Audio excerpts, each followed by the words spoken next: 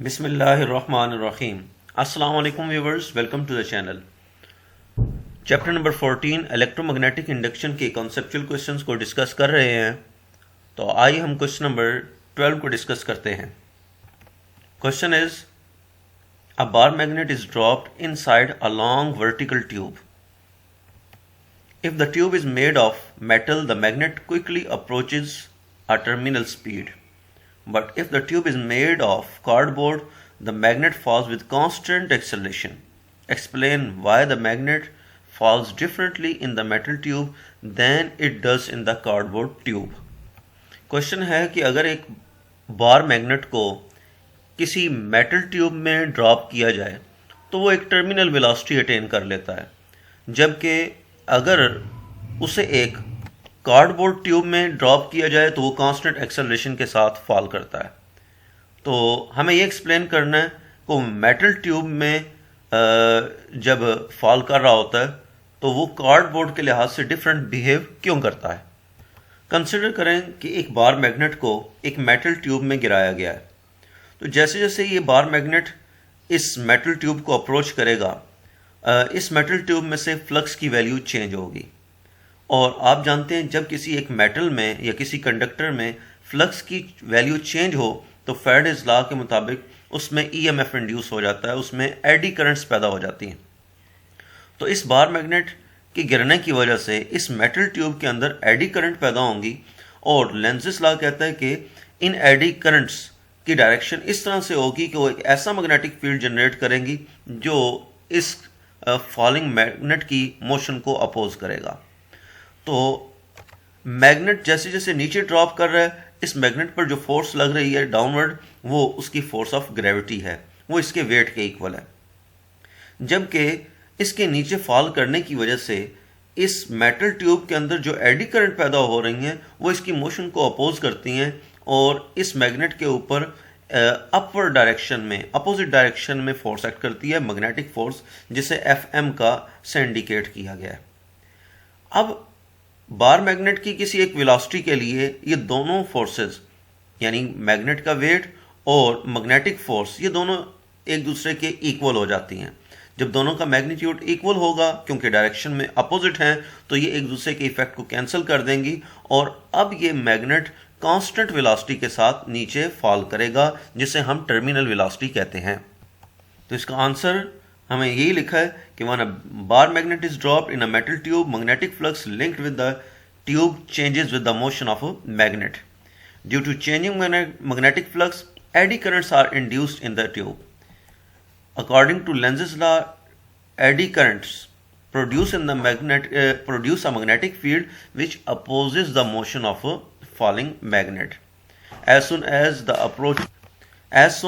opposing force becomes equal to the magnitude of the weight of the magnet, the two forces cancel the effect of each other, being in opposite direction. Hence, the magnet falls with a constant velocity called terminal velocity. ये तो magnet का behaviour था जब वो एक metal tube में से fall कर रहा होता है। अगर ये मेटल ट्यूब ना हो बल्कि इसके बजाय वो एक कार्डबोर्ड ट्यूब में उसे ड्रॉप किया जाए। अब कार्डबोर्ड वो कंडक्टर नहीं है, वो एक इंसुलेटर है। तो जब एक मैग्नेट नीचे फॉल करेगा तो अब उसमें कोई एडी करंट पैदा नहीं होंगी। जब एडी करंट्स पैदा नहीं होती तो इसकी मोशन को अपोज भी नहीं किया जा सकेगा और वो कांस्टेंट एक्सेलरेशन यानी एक्सेलरेशन ड्यू टू ग्रेविटी के साथ ही नीचे फॉल करता है। तो स्टूडेंट्स, ये था इस क्वेश्चन का आंसर। अब हम ये देखते हैं कि जब मैग्नेट मेटल ट्यूब में से फॉल कर रहा हो तो फ्लक्स कैसे चेंज हो रहा होता है और उस मैग्नेट पर फोर्सेस किस तरह से एक्ट करती हैं। तो उसके लिए आप ये कंसीडर करें कि एक मेटल ट्यूब है जिसमें से एक मैग्नेट डाउनवर्ड फॉल कर रहा है। ये मैग्नेट बार मैग्नेट है जिसे ग्रीन कलर में दिखाया गया।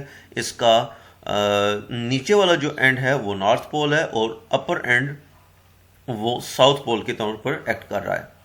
जब ये मैग्नेट ट्यूब के अंदर इस पोजीशन पे है तो फ्लक्स के चेंज होने की वजह से इस ट्यूब के अंदर जो एडी करंट्स पैदा होंगी वो सर्कुलर हैं और उन्हें इन रेड एरोज से दिखाया गया है। इस मैग्नेट के ऊपर अगर देखा जाए तो एडी करंट्स वो क्लॉकवाइज डायरेक्शन में है, जबकि इसके नीचे अगर देखा जाए तो एडी करंट की डायरेक्शन वो एंटी क्लॉकवाइज है। अब इस मोशन की वजह से ये जो करंट्स हैं, एडी करंट्स हैं, इन पर अगर हम राइट हैंड रूल अगर अप्लाई करें तो राइट हैंड रूल के मुताबिक इनके मैग्नेटिक फील्ड की डायरेक्शन आपको ये सेकंड फिगर में दिखाई दे सकती है। यानी ये एडी करंट की वजह से जो मैग्नेटिक फील्ड पैदा होता है, इसका अपर एंड वो नॉर्थ होगा और जो लोअर एंड है वो अपर एंड साउथ होगा और लोअर एंड वो नॉर्थ होगा, जैसे कि यहाँ दिखाया भी गया है। तो मैग्नेट का ये साउथ पोल इस एडी करंट की वजह से जो मैग्नेटिक फील्ड पैदा होता है उसके नॉर्थ पोल की वजह से अट्रैक्ट होगा। यानी इसके ऊपर अपर एंड के ऊपर जो कि साउथ पोल है, अपवर्ड एक अट्रैक्टिव फोर्स एक्ट करेगी, यानी इसके ऊपर अपवर्ड फोर्स एक्ट करेगी। जबकि जो नीचे वाला एंड है जो कि नॉर्थ पोल है, यहाँ इसके बॉटम पर जो एडी करंट्स पैदा हो रही हैं वो भी इसकी मोशन को अपोज करना चाहेंगी। इस तरह से अपोज करेंगी कि ये अपवर्ड नॉर्थ पोल होगा एडी करंट की वजह से और डाउनवर्ड साउथ पोल होगा। तो एडी करंट की वजह से जो मैग्नेटिक फील्ड है, इसका नॉर्थ पोल इस मैग्नेट के नॉर्थ पोल को रिपेल करेगा, यानी अपवर्ड फोर्स लगाएगा। तो जैसे जैसे ये बार मैग्नेट इसमें से फॉल करता है डाउनवर्ड, तो आप देख रहे हैं कि इस पर एक नेट फोर्स एक्ट कर रही है अपवर्ड, जो इसकी मोशन को अपोज करती है।